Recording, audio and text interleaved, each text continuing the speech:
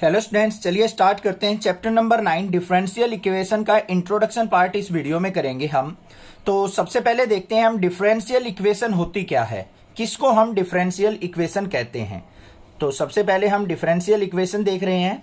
अब आपने देखा होगा प्रीवियस जो हमारे चैप्टर्स थे, चैप्टर नंबर 5 था, 6 था, 7 था, 8 था, उनके अंदर मान लो आपको कोई फंक्शन दे रखा हो, y इक्वल टू मान लो दे रखा है आपको साइन एक्स, और फिर दे रखा है प्लस में कोस एक्स, और कोई एल्जेब्रिक वैल्यू दे रखी है मान लो एक्स स्क्वायर, इस तरीके से।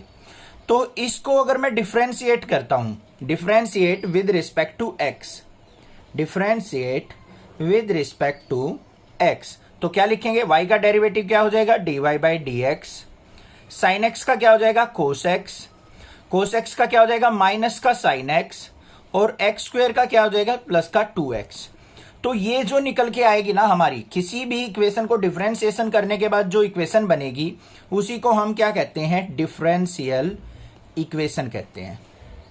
इतनी बात समझ में आई? डिफरेंशियल इक्वेशन किसको कहेंगे? और एग्जांपल ले लेते हैं एक। मान लो y इक्वल टू दे रखा है, हमें सारा का सारा एल्जेब्रिक दे रखा है, इस तरीके से दे दे मान लो 2x की पावर 4 प्लस में x की पावर 3 प्लस में x की पावर 2 और साथ में दे दे मान लो e की पावर x। तो क्या होगी डिफरेंशियल इक्वेशन? y का derivative dy by d x equal to 4 टू जा 8x क्यूब प्लस में 3x स्क्वेयर, और x स्क्वेयर का क्या हो जाएगा? 2x, और e की पावर x का e की पावर x, और x का हो जाएगा 1। तो ये भी क्या आ गई हमारे पास? एक डिफरेंशियल इक्वेशन बन के आ गई। पता लग गया आपको डिफरेंशियल इक्वेशन हम किसको कहेंगे? कोई दिक्कत नहीं होनी चाहिए। अब बात आती है कि कौन सी इक्वेशन को हम डिफरेंशियल इक्वेशन के अंदर काउंट नहीं करेंगे, वो चीज भी समझनी जरूरी है। अब इसके कुछ एग्जांपल मैं यहां पे बताऊंगा, आपको अपने आप ही समझ में आ जाएगा। अब मान लो आपके पास दे दे कोई function y is equal to e की पावर y का differentiation dy by d x, और यहां पे e की पावर y का dy बाई डी एक्स ऐसे लिख के दे दे। तो अब अपने आप समझ जाओ, ऐसे तो पॉसिबल होता ही नहीं। अगर इसका हमें डिफरेंशिएशन भी करना है e की पावर y का, तो क्या होगा? e की पावर y और y का dy बाई डी एक्स ऐसे लिखा जाता है। इस फॉर्म में तो नहीं लिखा जाता। अगर हमें कहीं पे ये दे रखा हो, यहाँ पे जैसे e की पावर y दे रखा होता और y का e की power dy by d x लिख देते, ऐसी अगर फॉर्म मिलती है तो उसको हम क्या कहेंगे? वो डिफरेंशियल इक्वेशन के अंदर काउंट नहीं होगी। बात हुई क्लियर? और दे रखा हो, मान लो हमें साइन x का डेरिवेटिव पूछ रखा हो, या फिर साइन y का डेरिवेटिव दे रखा हो। साइन x का तो हमें पता है कोस x हो जाएगा, साइन y का क्या लिख दे? कोस y का dy बाई डी एक्स ऐसे लिख दे। तो ये भी क्या होगा? डिफरेंशियल इक्वेशन के अंदर काउंट नहीं होगा। हो गई ना बात? समझ में आ गई होगी। अब डिफरेंशिएशन अच्छे से सीख चुके हो। अगर कोई आपको ऐसी टर्म लगती है कि वो डिफरेंशिएशन के अकॉर्डिंग नहीं लिखी गई है, तो उसको हम डिफरेंशियल इक्वेशन के अंदर काउंट नहीं करेंगे। बात हो गई ना? समझ में आ गई होगी, क्लियर हो गया। अब बात आती है यहाँ पे ऑर्डर और डिग्री की। मोस्ट इंपॉर्टेंट चीज है समझने की कि ऑर्डर और डिग्री किसको कहेंगे हम। ध्यान से देख लो, ऑर्डर एंड डिग्री। अब क्लास 10th के अंदर भी सीख के आए हैं डिग्री। कोई भी इक्वेशन दे रखी हो हमें, जैसे एक्स स्क्वायर प्लस में 2x प्लस में 3 दे रखा है, तो इसकी डिग्री कितनी हो गई? हाईएस्ट जो पावर होती है उसको हम क्या कहते हैं? डिग्री कहते हैं। ठीक है। अब यहां पे बात आती है ऑर्डर और डिग्री। ये दोनों टर्म एक दूसरे के साथ साथ चलती हैं। कैसे चलती हैं? ध्यान से देखो। अब मान लो आपके पास कोई भी फंक्शन दे रखा है y की फॉर्म में, y is equal to F X दे रखा है बच्चों। क्या दे रखा है? y equal to F X. इसका डेरिवेटिव करने लग जाओ तो y dash is equal to क्या होगा? इसको एफ डैश एक्स कहेंगे। कहेंगे या नहीं कहेंगे? या फिर y डैश को आप क्या लिख सकते हो? dy बाई डी एक्स लिख सकते हो।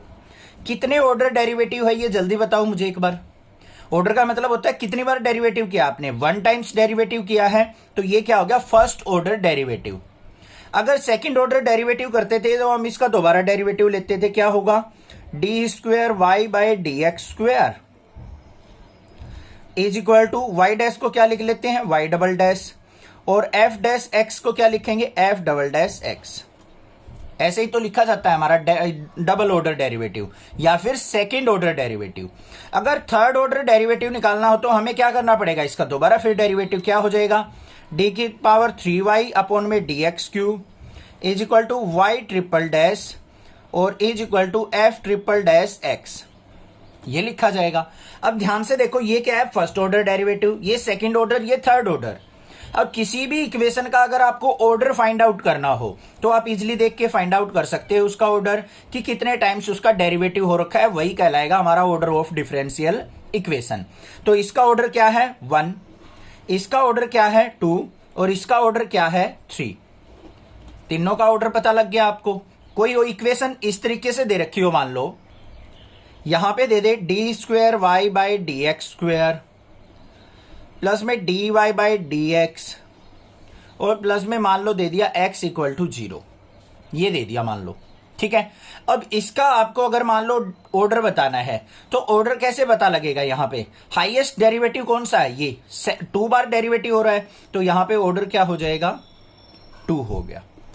अब बात आती है डिग्री चेक करने की। डिग्री कैसे चेक होगी, ध्यान से देखो, जो भी हाईएस्ट ऑर्डर होता है ना उसी की पावर देख लो कितनी है। यहां पे पावर 1 है तो डिग्री क्या हो जाएगी हमारी, डिग्री इक्वल टू 1 हो जाएगी, ठीक है। अगर मान लो यहां पे ऐसे दे रखा होता dy बाई dx की पावर 2 दे रखा होता, तो आप क्या करते, कई बार गड़बड़ कहां करेंगे बच्चे, ध्यान से देख लो।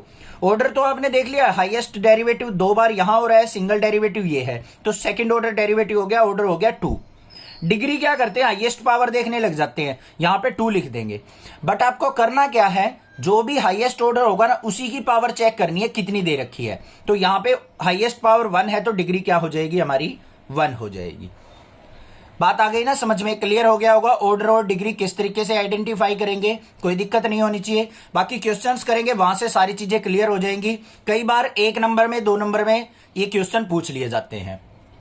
अगर अच्छे से समझ में आया है डिफरेंशियल इक्वेशन का इंट्रोडक्शन तो प्लीज चैनल को सब्सक्राइब करना, ज्यादा से ज्यादा शेयर करना।